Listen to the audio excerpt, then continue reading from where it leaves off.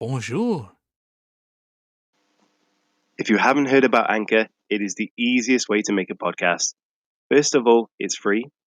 Secondly, there's a creation tool that allows you to record and edit your podcast right from your phone or computer. Anchor will distribute your podcast for you, so it takes all the hard work out of that and it can upload straight to Spotify, Apple Podcasts, and much, much more. You can make money from your podcast with no minimal listenership, and everything you need to make that podcast is all in one place. All you need to do is download the free Anchor app or go to anchor.fm to get started. Cut!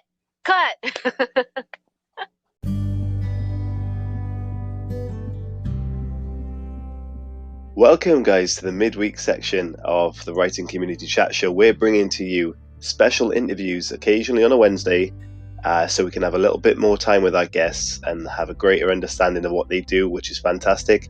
And this week we have a very special guest. Our very own Halo from the Writing Community is on with us. Really hope you enjoy this. Leave us some feedback, share the episode, and get it done.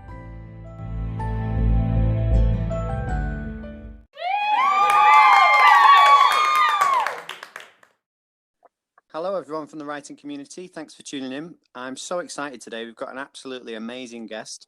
You may know her as the Illuminous Ring in the corner of your screen.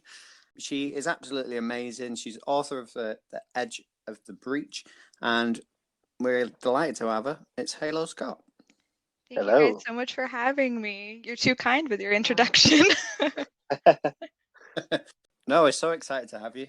We've got so many questions. Obviously, we reached out. We had quite a few interesting questions. We'll get to them in a bit, but there's a few things that I want to do today. I want to discuss, obviously, Edge of the Breach in a little bit of detail. Look at how you are as a writer and talk about the writing process. And then I'd like to play a bit of a game, if that's okay, later on, just to see how well you know your own book. Oh God, I'm going to fail at this.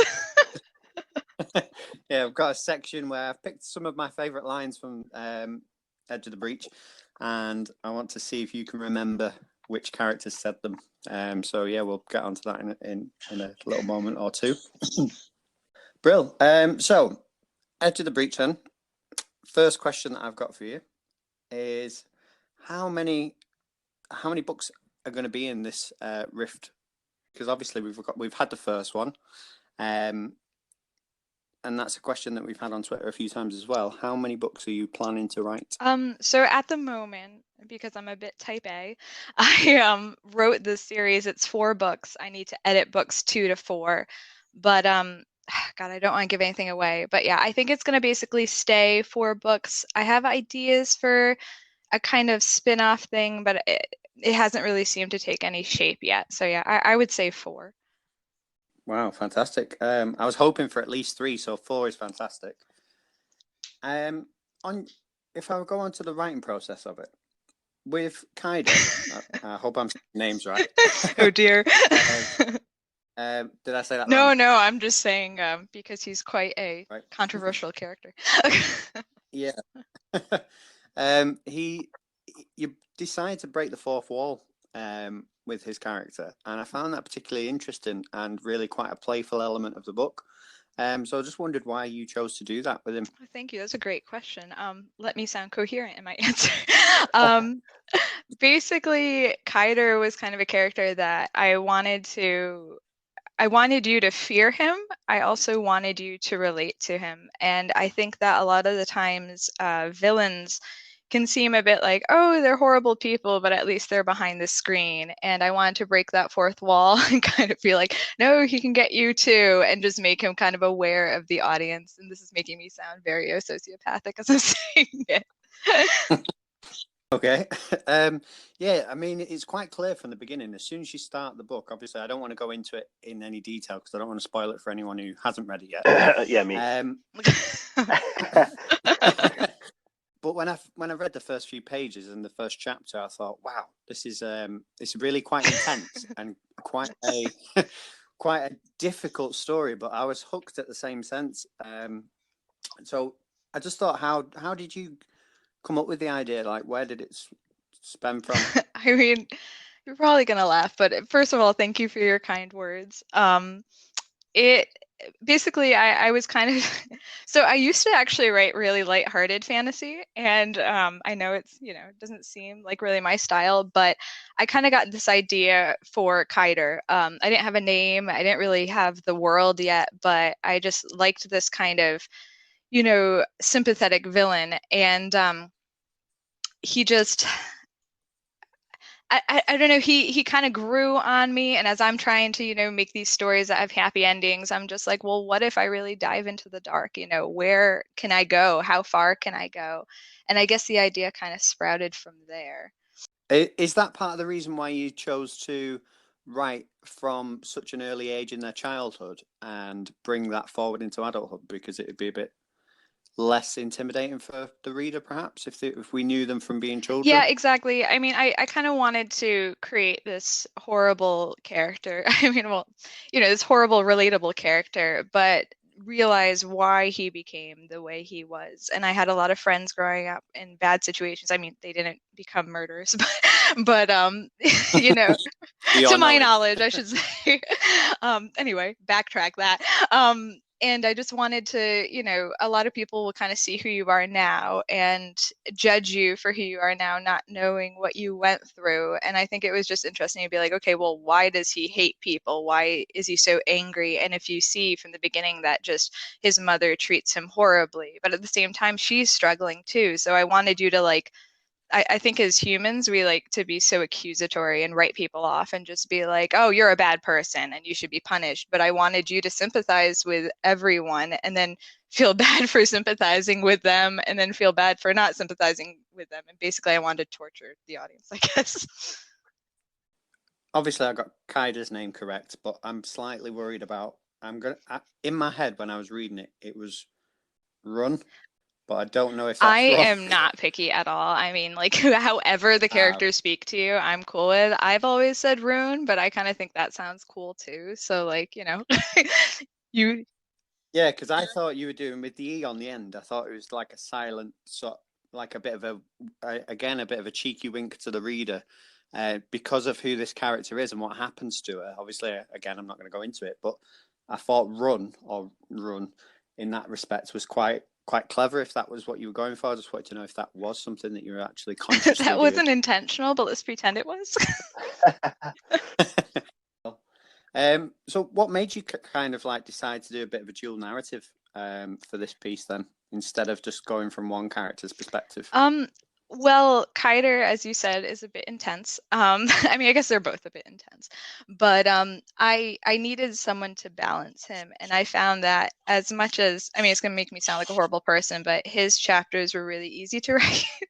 I needed someone to kind of, I guess, reflect him and to show, someone to sympathize with him and to show, part of what I really liked about Rune is that she gives him so many different chances, that a lot of us wouldn't, and I mean, I'd like to think that I'd be sympathetic, but if someone's just, going on killing sprees, then you're probably not going to give him all the chances that Rune did. So she kind of originally was a reflection of him, but then I didn't want her to just be a, kind of a flat character. And I wanted to see, someone else who is kind of morally gray, trying to make her world, her way in the world, but had a stronger sense of morality, I guess, than he did.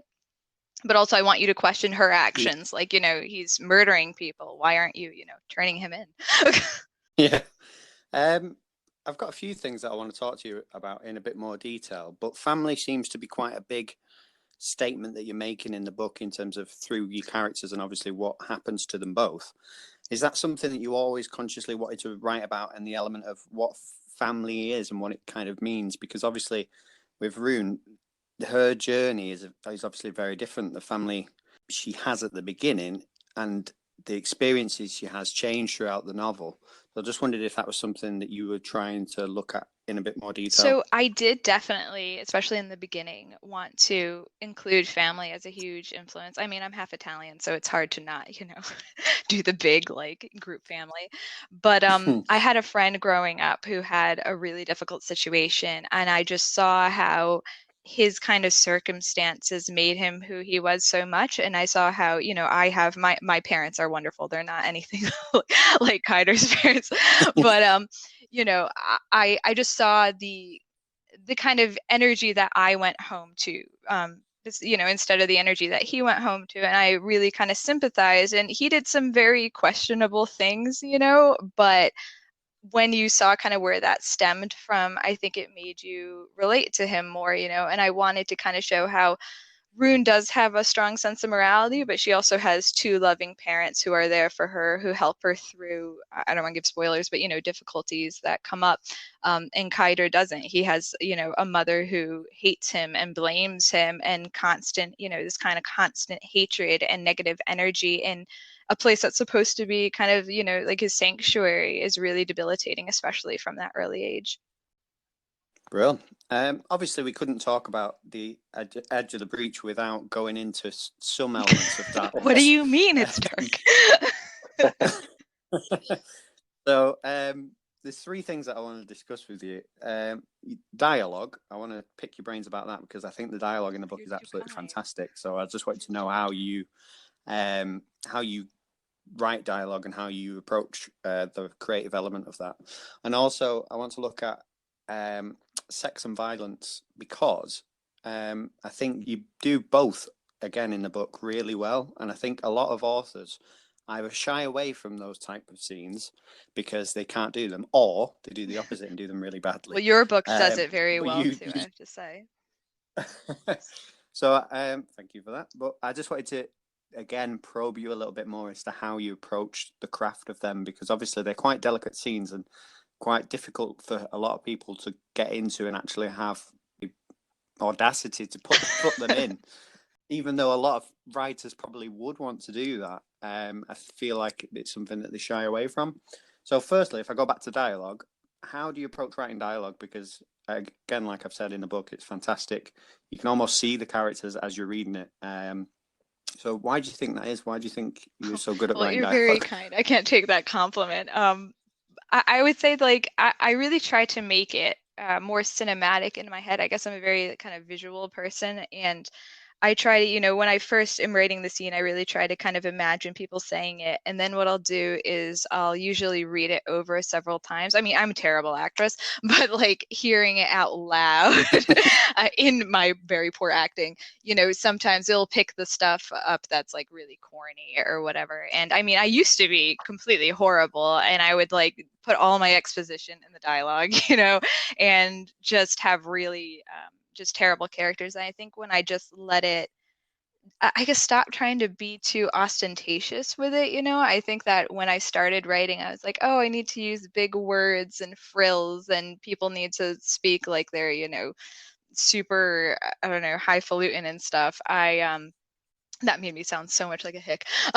But, I think that when I was just more true to myself and thinking about like, okay, how would my friend say this? Or if I said this to, like, I have a great group of friends who are really kind of tough on each other in a good way. And I could imagine them being like, you can't put that in there, Halo. That's terrible, So I guess it's finding a good, tough critique group too. I was going to say the roofers together when they were talking and they're in a group, it kind of reminded me a little bit of the Loners Club in It, and the way they spoke to each other in terms of just how brutally honest, like I said, they were with each other. So that's very much my friend group, yeah. So I was just going to write, just comment then on about your writing process as in a general sense there, because I'm very much like yourself there. I see my characters, and I don't plot books. I don't make a timetable or a scale. I just basically envision the characters and let them follow. I follow them. So the way you were speaking about the dialogue, is that the same sort of style that you use, or are you a big planner when it comes to writing your stories? So I'm very much like you in a lot of ways. I mean, I guess I'm a bit of a hybrid because I tend to more kind of let it go. Like you said, I'll try to make characters that have direction, if that makes sense, and they have conflict and they need to resolve that conflict. And like this book, for instance, I plotted out Edge of the Breach and I was like, this is good. And I kind of patted myself on the back. I was like, look, I did an outline. And then literally after the first chapter, I went off that. But it did give me arcs for the whole series. And I would say, like, I I do like to know where I'm going at the end of the book sometimes, but then again, that changes. I guess I try to keep it open. I want enough structure so that, it doesn't wander. But I feel like if you kind of make these characters that are very, that have a lot of agency, they kind of direct you, if that makes sense. Yeah, I get that completely. How long did it take? Sorry, Chris. So How long did it take you to write your book, Edge of the Breach? I mean, I guess it's a kind of difficult question because like the idea came to me probably 8 months to a year before I actually started writing it. And I brainstormed for like probably like I kept on telling myself, I'm not gonna write this book. I thought it was gonna be too dark. And I would say, from beginning to end, probably a year, but by the like from writing, I wrote linearly, and from writing Kiter's first chapter, probably 2.5 months for the first draft, and then another a month to edit, if I'm remembering correctly. Yeah, I think. Because brainstorm. wow, that's quite Well, I impressive. mean, sorry, go Yeah, ahead. because on the no, it's okay. On the Kindle, it comes up as like 500 and something pages. Now, I've got a paperback version as well, and obviously that's the size of it. It makes it a bit shorter, but it's quite a big book. And to write that in do you say 2.5 months? First Yeah, draft. but I mean, so like, I guess it's always hard. The home defense paperback. It's you know, brainstorming is such a huge part of the writing process for me. And if I don't really know about my characters and kind of what the world is and what the issues with the world are, then I have a difficult time writing. So, like, if I had started writing Kiter at the beginning, like, it was going to be a completely different book. And he wasn't fully realized, Ruin wasn't fully realized. I had a bunch of kind of flat characters.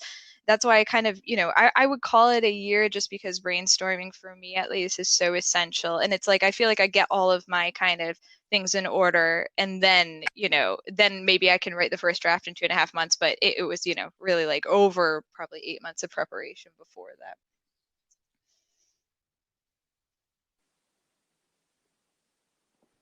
Brilliant.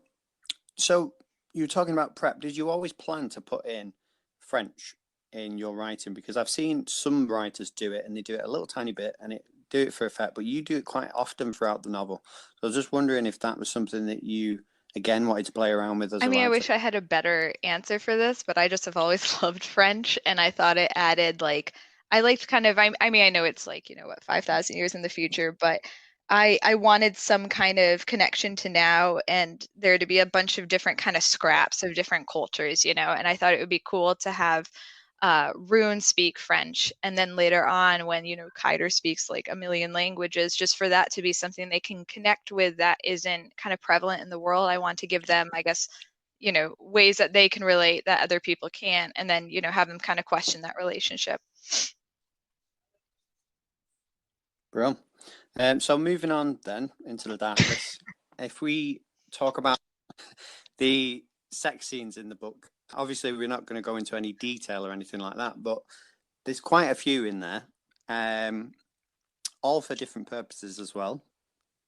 I just wondered what your approach was to writing these type of scenes. I mean, I kind of, when I was writing the book, went into this like writing cave and wanted to really break a lot of stigmas, break a lot of taboo, in writing this book. And sex is obviously a thing, especially in the States where it's like, I always laugh. I'm like, you can put like on our TV, you'll just see like, there will be like decapitations and people are getting blown up. And then you'll see like half of a boob and people are like, too far, too far.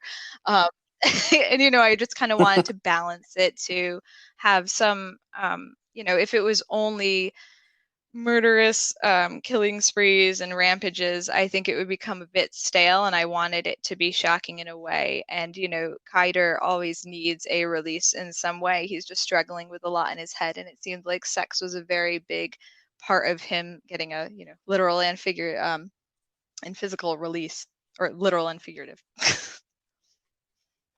It's a really interesting point you're making there, because in my sequel that I'm due to release sort of in a couple of months, I have put in a scene that is quite graphic. And how do you deal with this? Because I know my nephew is reading the book. I'm sure he's like 12 years old. He's read the first book, which doesn't contain anything like that. But I know in the second book, if he reads that, I'm going to be cringing ridiculously. How do you deal with that when your family members read those sort of things? So I mean, well, congratulations on writing the sequel, first of all. That's awesome. I mean, I don't know if so as I said, the roofers are kind of like my group of friends, so we're a bit raunchy. But like in terms of family members, I kind of turn certain people away in a kind way. I'm like, thank you so much for your support. Don't read chapter, whatever. I guess it's just more about being open in life. I mean, I'm old enough now that it's just like, obviously, it's sex is a part of life, but yeah, I guess I would be saying that I would be lying if I said it was comfortable, at any point. No, note taken. I'll just go for it. strongly advise, stay clear of this chapter, but that's pretty much a guarantee that I'm going to read that chapter. If someone tells me don't read this, I'm going to read it. Oh yeah, no, totally. I mean, I'll be like, avoid this chapter, and they're like, okay, I'll read that one first, and I'll just, or you can paraphrase, be like, and so was very naughty, and then the story progresses. Yeah, so on the topic of things that are quite disturbing for family members to read, the entire book. Yeah, so violence is a bit of a factor, obviously, in this book as well. Now, I'm got quite a strong stomach when it comes to violence, and even I admit that I found one scene in particular. I struggled to get through it. I read it, and but I could really feel it, and I think that's because obviously how well it was written. But again, this is something that I think a lot of authors struggle with in terms of writing violence and writing action scenes well. So I wonder if you had any tips for people doing that, because obviously in The Breach you've got some of the best examples that I've read. Too kind there. And I would say that you do in your book a phenomenal job of, there are some quite explicit scenes, and yet they always feel like they belong and propel the story forward. I guess I really told the story I wanted to read, and I said before, I kind of am raunchy with a bit of a dark sense of humor, but I thought the violence was very much an important part of, like I said, Kaider was kind of born out of like, how far can you push a character before someone writes him off?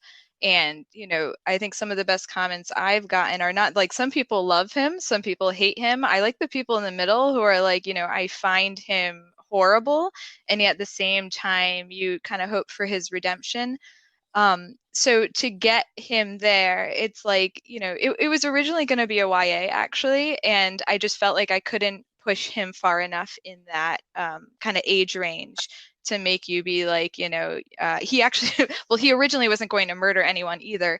So to push him to the point where, you struggle to forgive him, I felt like I needed to make him very violent. I felt like I also needed to show just how angry he was with society, and how much, what he does to other people is very much a reflection of how he feels like he's struggling all the time. And, a big theme throughout the book is mental illness and struggling with these mental illnesses. And I've been kind of outspoken on Twitter about how I have like depression, OCD, etc.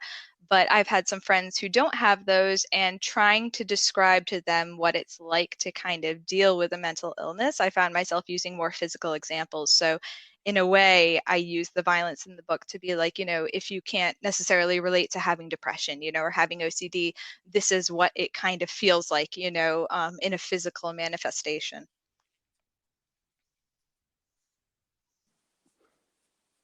Yeah, it's really interesting that you say that about Kaido, because when you talk in the book about the way he's feeling and the demons that he refers to, it kind of reminded me of the Dexter series. In terms of the way he talks about his dark passenger and stuff like that. And I really did like that element in your book in terms of how he was struggling to cope with and dealing with those feelings and emotions. So yeah, that was a really interesting part as well. I felt as well when I was reading it, obviously, I don't know what your influences are, and this is what I was going to ask you a little bit about, but I could feel a bit of a Star Wars element there. Obviously, it's not a sci-fi, but I could see similarities with Kaida, especially, and Anakin Skywalker, especially in the first 3 films, when he is obviously growing and developing and sort of quite angry and aggressive as well. And obviously, I'm a huge Star Wars fan as well, and I think that another element as to why I really enjoyed this book, because I could see similarities. It was different, so you wasn't just ripping off the Star Wars story, but there was elements there that I could see that were brilliant. Kind of what I think what you did is you created a character that George Lucas wanted to create, but he couldn't show it the same it's like way the that best you compliment you could have ever given in me. a sense. Thank you. So yeah, was Star Wars a bit of a factor when you were I writing mean, this book? I try to tone down my Star Wars nerdiness, but yeah, like Anakin Skywalker, Kylo Ren, I really liked how they're kind of these, characters who they do horrible things, and yet sometimes you forget that like Anakin killed all the Jedi Knights in school because of his redemption later on. And I thought that was great how just the story was like, you are forgiving these horrible, horrible acts because of what they do later on and because of their kind of, redemption arc throughout. Star Wars has always been a really huge influence for me. I mean, like, the mages are kind of using the Force in a way, but I didn't want to, use that too much. I always like telekinesis. Yeah. So if we, is there anything else that influenced you other than obviously the Star Wars element? Because there's loads of factors obviously in The Breach that you explore and that you look at. And you say it was the book that you wanted to read. So was there any other elements where you've thought, well, I quite like how this person did that, I'd like to explore that myself? Oh yeah, I mean, like, so Star Wars, Battlestar Galactica, and Star Trek are probably kind of my triumvirate of like sci-fi, like visual media.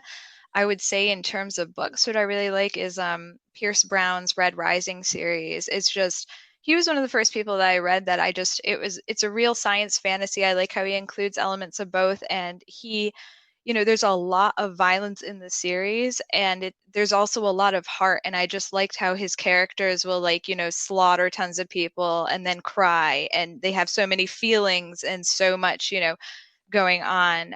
V.E. Schwab is another huge influence. I like how she tends to, make anti-heroes, villains that you really, sympathize with. And I liked, before her, I don't know if I really saw people doing so much of like, putting it's like, here's a bad guy and he does bad things and you're rooting for him.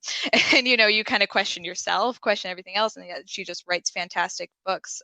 Leigh Bardugo is another one where she has a lot of that kind of dark and light balance, the kind of gray in the middle, and you finding yourself rooting for the bad guys, then rooting for the good guys, and you really don't know who you're supposed to be rooting for. So I would say, in terms of books, those are probably the main ones that kind of birthed the breach, so to speak.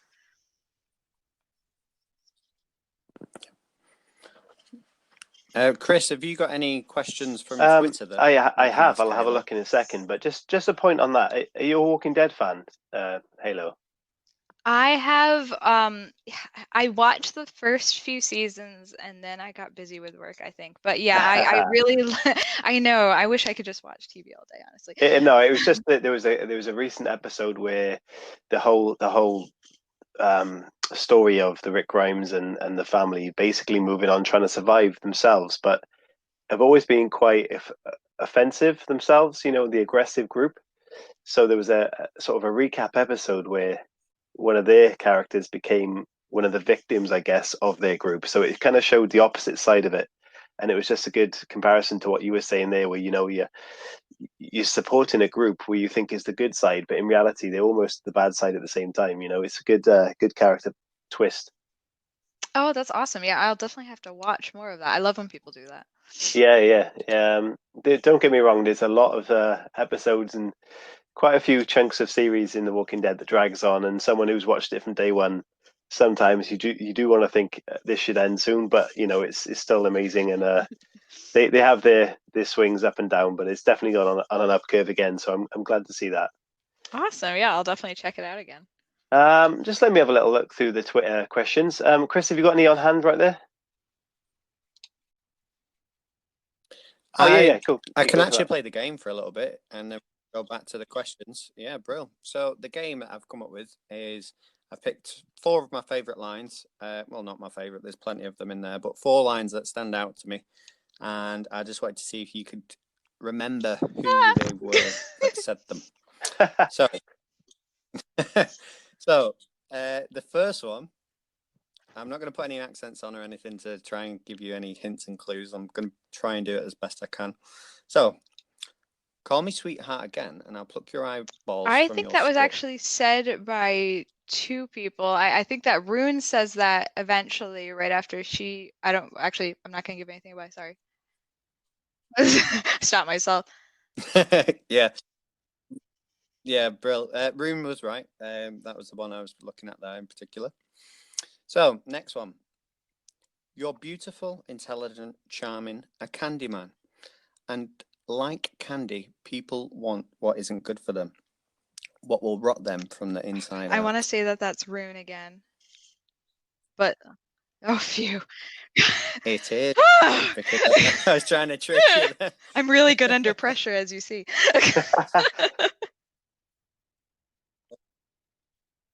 Next one. So, that's way too much olive oil. Move over and let me finish dinner before we get the runs again. That's Gennaro, right? Talking to Ella? It is. Yeah. Okay. I've got 2 more. One's a bit short. Love isn't something you lose. Once it's born, it stays. Sometimes dormant, sometimes that's hidden, Ella, but right? always there. I mean, right. It is, yeah. Yeah. No, I thought that was a really lovely piece there, so I put that in. But I spoiled it a little bit with my reading. Thank you. Yeah. And then the last one.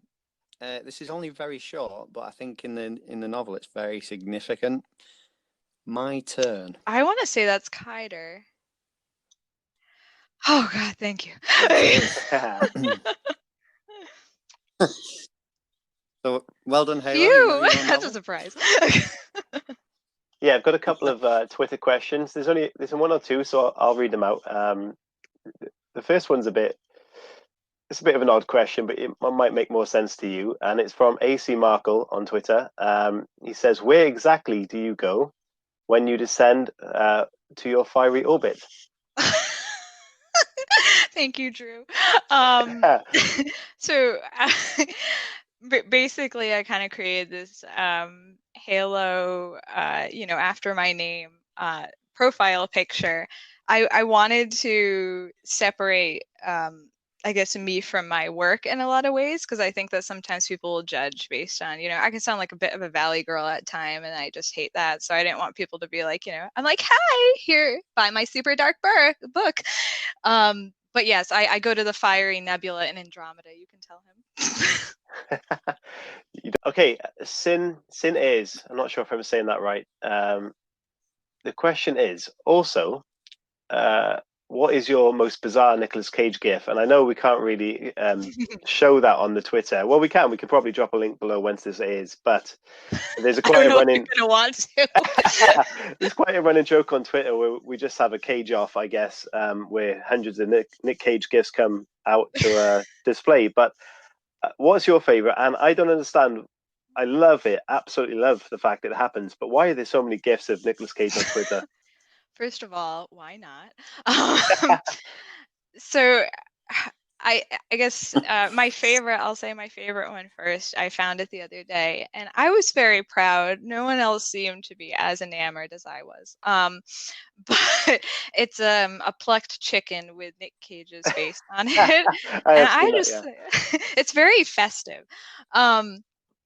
So, God, where did this start? I want to say that Ross started it, but I don't know if he did. I might be like putting the blame on him.